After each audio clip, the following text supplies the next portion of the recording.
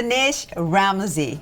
It's about time, after all the years that you and I have known each other, that I get you on my sofa to chat about this tremendous life and career that you've established. Thank you. You're a darling anyways. It's I pick and choose my friends, so I love it with you, so thank you. I feel the same way, my darling. Thank you. So now that you're here, there's so much that I want to talk to you about, but I'm going to start at the beginning of my journey of knowing you. Sure. When we met, everyone was abuzz of, Dinesh Ramsay, the Ramsay family. And I was like, who is this guy? Right. And people said, he's the son of this, of this royal family of Bollywood back home. Right. Your father, of course, very well known for the movies he's done. Right. And that's kind of the lineage that you come from. Sure. So the thing that I'm really interested in is, why did you not go the Bollywood film acting, producing way, but instead you decided to become a fashion designer? Right. Well, I started off as a film producer. I made my own film called 2001 with Jackie Shroff and Dimple Kapadia and Rajat Bedi. And then, of course, with Akshay also, I worked with my father very closely on Khiladiyon Ka Khiladi. Yes. So all the Khiladi series, we pretty much shot a lot in Toronto itself. Yes. That's how I kind of moved here. But never enjoyed the line as much as... and then, my brother is an actor. He's in the industry. My dad was already making films. So I thought something more out of the box and let them do what they're doing. So not all of us are on the same field at the same time. So I started off helping Mom with her exhibition. She's a designer. And so while I was helping her, I kind of, we were getting reports from her friends and everybody like, call your son, we need a male opinion, instead of always the lady to lady. Right. And then she realized that I'm pretty good at what I'm doing, and then she said, why don't you study fashion? Right. And take it as a business, and also as if you have it, because designing, I believe that it has to be inbuilt. Right. I don't think it can be learned, or yes, the technical side, but not the actual talent. So, and that's how I turned into being a fashion designer.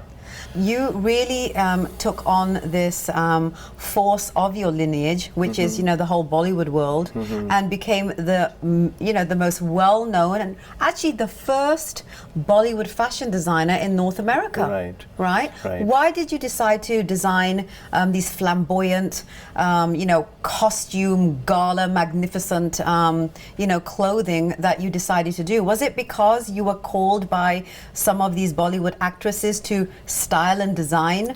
Did it kind of start there for you? No, I think it started off with more because I've always been in the glamour world from day one, from the Filmfare Awards to attending the awards and everything. Yes. And it was always about the bling, and you love bling, I love bling. Absolutely. So, that's what I think caught my attention.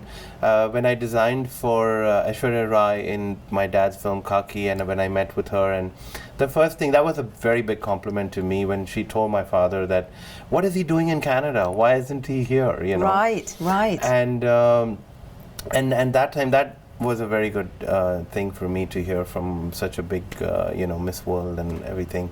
So after that also, but I've always lived a life which people live abroad, even in India. Yes. I'm a very straightforward guy. I like principles. I like the rules and regulations. Yes. So my dad brought it to my notice. He said, you know what? I think you're cut out to live abroad. And I've always, since I don't think I've ever seen the summers of India. Never, ever. Then I started liking it here. And so they told me, they said, you should establish a business that side of the world.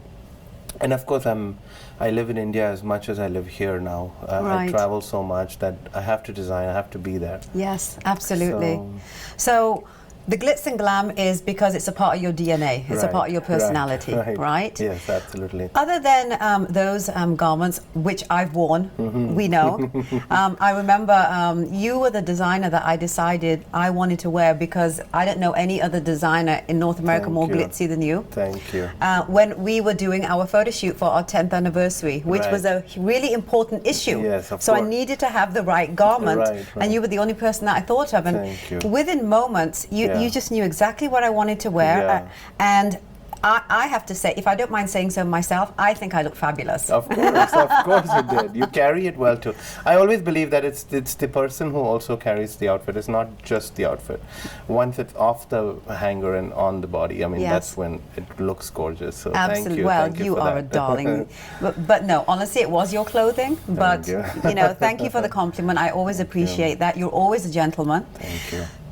Bollywood clothing and red carpet clothing isn't all that you do. You have a massive bridal couture and trousseau business. Right. Let's talk a little bit about that. Sure. And how is that part of your business different from your red carpet and your Bollywood clothing? See, as far as I know, even today, I don't think there's any true designer in Canada, I mean in Toronto at least, and especially who's done Bollywood. I would have to agree with you. Yeah. Yes. People, of course, when you go to stores and all, and no offense to them, they have beautiful stuff too. Absolutely. But they are buying and selling. They are, of course, while you're doing your job, you know that this outfit can be made in green or whatever other color, and then they tend to call themselves designers. Right. But I personally feel that a designer's job is to create uniqueness, to bring out cuts and stuff. Every designer has its strength. Yes. And my strength is my cuts.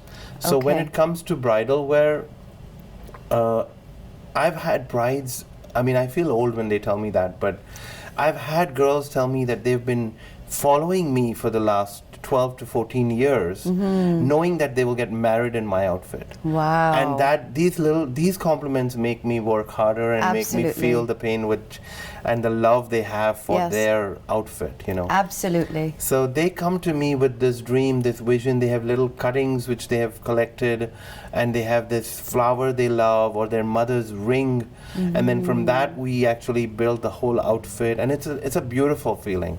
And it's the best thing after which is when the outfit arrives and she says, "Wow, Dinesh." Yes. And that's my like achievement. From that phase where the bride walks in and she gives you all these little samples of inspiration that she has. How do you take those elements that she's brought to you, which obviously are incredibly important for her? Because this is an emotional decision that brides make, right? And you know that as a designer. Yes, very much. How do you take it from there to the finished product? Like, what do you go through as a designer, both from a visionary perspective and also from a technical perspective? See, they obviously come with their vision, but it's my duty, I feel, as a designer to help them understand what would look good on their body type. Right. So if there are girls who are really petite and small and they want to go for a dress which is like a 3-layered skirt, let's say, it's already shortening them. Right. So I try to give them the vision that even though you want to wear a 2-piece, let it look like a 1-piece. Go with one color. Yes. Don't break your height. That's what you study in fashion. Right. And that's when they understand that he's right. Like I show them the differences, make them wear many, many outfits before we decide on the actual style which suits them. Okay. Considering that, of course, bottom line is they have to be happy. At the end of it, what they want is what I deliver. But your job is to tell them what you know as an expert. Exactly. And again, we have to keep in mind that they're wearing it in front of family. We keep that in mind. Whoever suits whatever, and even if they want to go all out, I kind of control it, and I tell them, listen, your mom is going to be there, your father-in-law is going to be there, and we want to keep it. We want to keep it in a way that everybody's happy. Absolutely. And you look gorgeous and sexy, of course. So, absolutely, that's important. So once you've deciphered that, what the cut's going to be, and you've gotten her inspirations, where do you go? I like to show them the color of the fabric and the actual fabric they want it made on. Okay. Most of the outfits we use raw silk. Okay. So which is the most favorite by every bride now. So we bring in the color, we show them the sample. Many of them who are extremely, I wouldn't say picky, but they would want to. They're not sure of how it would look on that color. We actually make a sample for them. Wow! So you go that far? Yeah. So we go that far. That's why they come to a designer, not to a store. Absolutely. So they want that extra. It's that customized experience, right? Yeah. I'm recently dealing with a very beautiful bride, and she is extremely, extremely careful on the beading, and we're working inch by inch on her outfit. And as we're going, she's loving it. So there's no surprise element. They're not worried what's going to come or what they're going to get or whatever. Right, right. And that's important, isn't it? Yeah, and Yeah. that's what I think in these 12 years, I've had every bride happy. So I'm trying to keep that motive. You're incredibly meticulous in terms of your product. The bride and her vision and her, her ideology of what she wants to look like is something that's very important to you. Right. There's no wonder that you've never had a complaint. There's no wonder that brides are always left happy because Right. you go that extra mile Yeah. or 10. Right. I make sure that even though sometimes they are willing to compromise, and I'm like, no, I don't want to hear the word compromise. Right. You tell me what you want, and if I have to repeat something, I will. Okay. But I want to make sure that at the day off, you feel like a queen, you feel that exactly what you wanted to look like and what you wanted to wear is what you got. So, and of course, 100% we try our best to deliver and do that on time and everything, and then it goes with without saying that they're happy. So Absolutely. Yeah. A lot of people are, amazed at how long it actually takes to make these kind of garments. I mean, it yeah. literally takes months, right? Yes, very much. So talk to me a little bit about that. Now that also I've learned how to embroider as well, and many people don't know what is Zardozi. Zardozi is actually a needle, the smallest needle you see in your kit, I guess. Yes.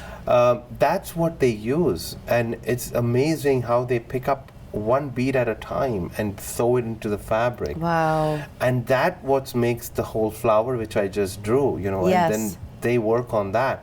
Then when I don't like that beading, I want to add one red and one gold bead. Yeah. Then I tell them pick one red, then pick one gold. Wow. And go into that. And it's amazing to see how they do it. Yes. And so we have about 12 people approximately working on one outfit. And Really? They take about 12 hours a day, and it takes about, let's say, at least minimum for a bridal outfit, it would go for about 25 days.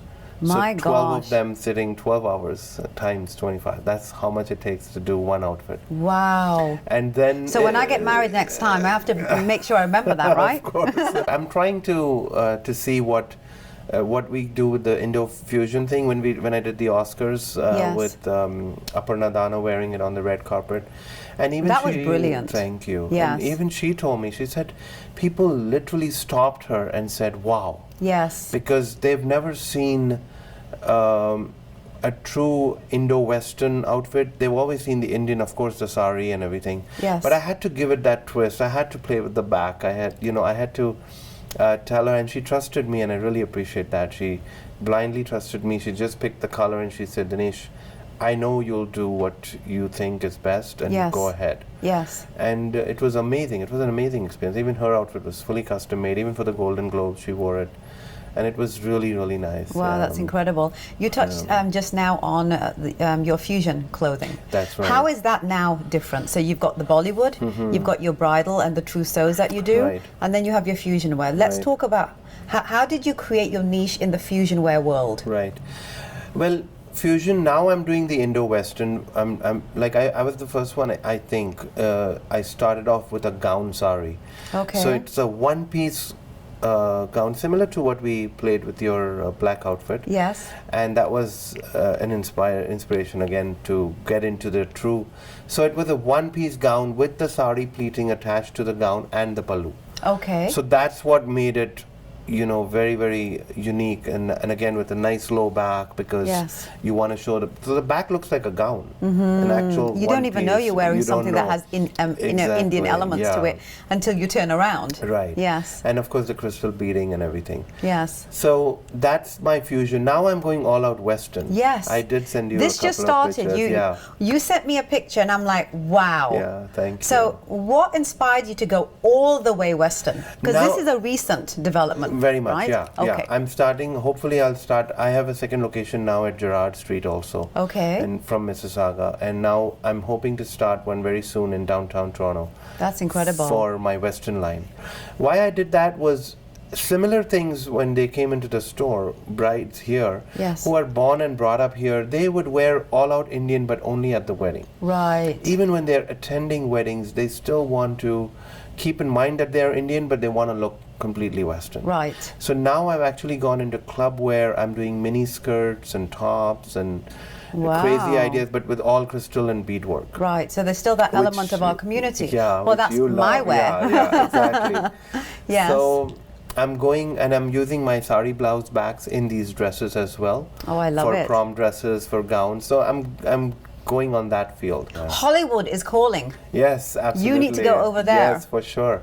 That'll definitely be my collection has been on Tyra Banks as well. Really? Yeah, Tyra Banks said, and she loved it. She personally mentioned that she absolutely loves. And Aishwarya was at that show as well. Wow. Yeah, You need to go to Hollywood, Beverly Hills, and open up a boutique there. Right. Because your style of clothing, that clientele is there. It was there, You should think about that. Yeah, no, for That sure. would definitely put you far more on the Hollywood market Right. than just these little appearances. Yeah, yeah. And just look at the wow factor you're already getting Right. outside of, Yes. the Indian market. Yes. I think, there's a message there for you. Yeah, for sure. Right? No, I even appreciate Toronto Star did the big article about the Oscars, and that's when, Really? like you said, I did feel proud, very nice when they said Toronto designer makes it to the Oscars, and it was really Wow. interesting. Yeah, That's incredible. it was really nice.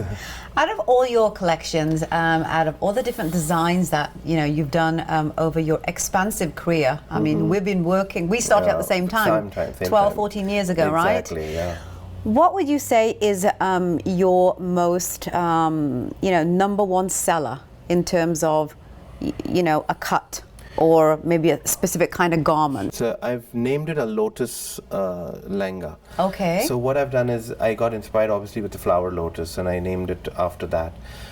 It has wires inside the skirt, so it actually goes out like petals, like the lotus. Wow. And it goes like this, but it sits almost like a lotus. Oh, I love that. And that was my hottest and most sellable piece for years. What are you hoping for in the future in terms of, being a designer? Are you looking at, potentially having boutiques in India? It seems to me that you're really not wanting to go that route. No. Yeah. India route, I don't want to. Unfortunately, I mean, again, I understand that every designer wants to learn and do. But as a designer, I've seen that my smallest of my cuts are getting copied so Yes. quickly. Yes. And in thousands. Yes. And they're doing a bad job copying it. Right. So what's happening is my style is out, and they're copying it with such bad quality that Yes. it's not even getting out there to be, known as a Dinesh Ramsay copy or whatever. Right. So I don't want to. And there's a lot of money being made over there. Yeah. I'm happy Yes. with this side of the world. I'm happy to Yes. help my NRI friends, my clients. Absolutely. I've got lots of clients from New York, from London, England, and so I'm happy with that. So India, that might be my last step. Right. But initially, I want to definitely take over US and Canada for sure. What's your dream? My dream, to be honest, is to see my collection in at least 14, 15 countries. Wow. With as a franchisee. Yes. So that's my dream, and I'm definitely going to achieve it. Hopefully. A lot of people who are dreamers like us, that our biggest challenge is always ourselves. Yes. I find that, as long as we really believe that we can do it, Yeah. we'll find a way. Yes. But that insecurity that we Yeah, have, yeah. it's human. Yes. That I find that is always the reason why potentially we give up, Yeah. or potentially, we think we're not good enough. Right. And all these things happen. Yes. I always say, I'm a firm believer in, it will be yours if you can just hang in long enough and don't give up before you're entitled to that success. Yes. Right? Yes. I really believe in that. I agree with it. I think you completely. do, because you've been around for a long time, just like me, Yes. sweetheart. Yes, right? yes, very much. And we have the same, vision to showcase our community in the West. They need that, I think, because they miss home. They cannot go back. Even when brides go back, they're hardly there for 2 weeks. Yes. They don't have the time to custom make something, so they have to pick up something ready-made. And one thing I must mention, that this year and last year, it was again a huge compliment. I had about 10 brides fly down to India, look around everywhere. Yeah. But they came back and they still bought my design. Wow. Yeah. You are an incredible guy. Thank you. You're an incredible designer. I'm very excited about what the future is going to hold for you. Thank and you. for all those people that are always trying to find that something unique that has the Indian touch to it, or something that's full on Indian, yet also unique. Yes. Right? Yes.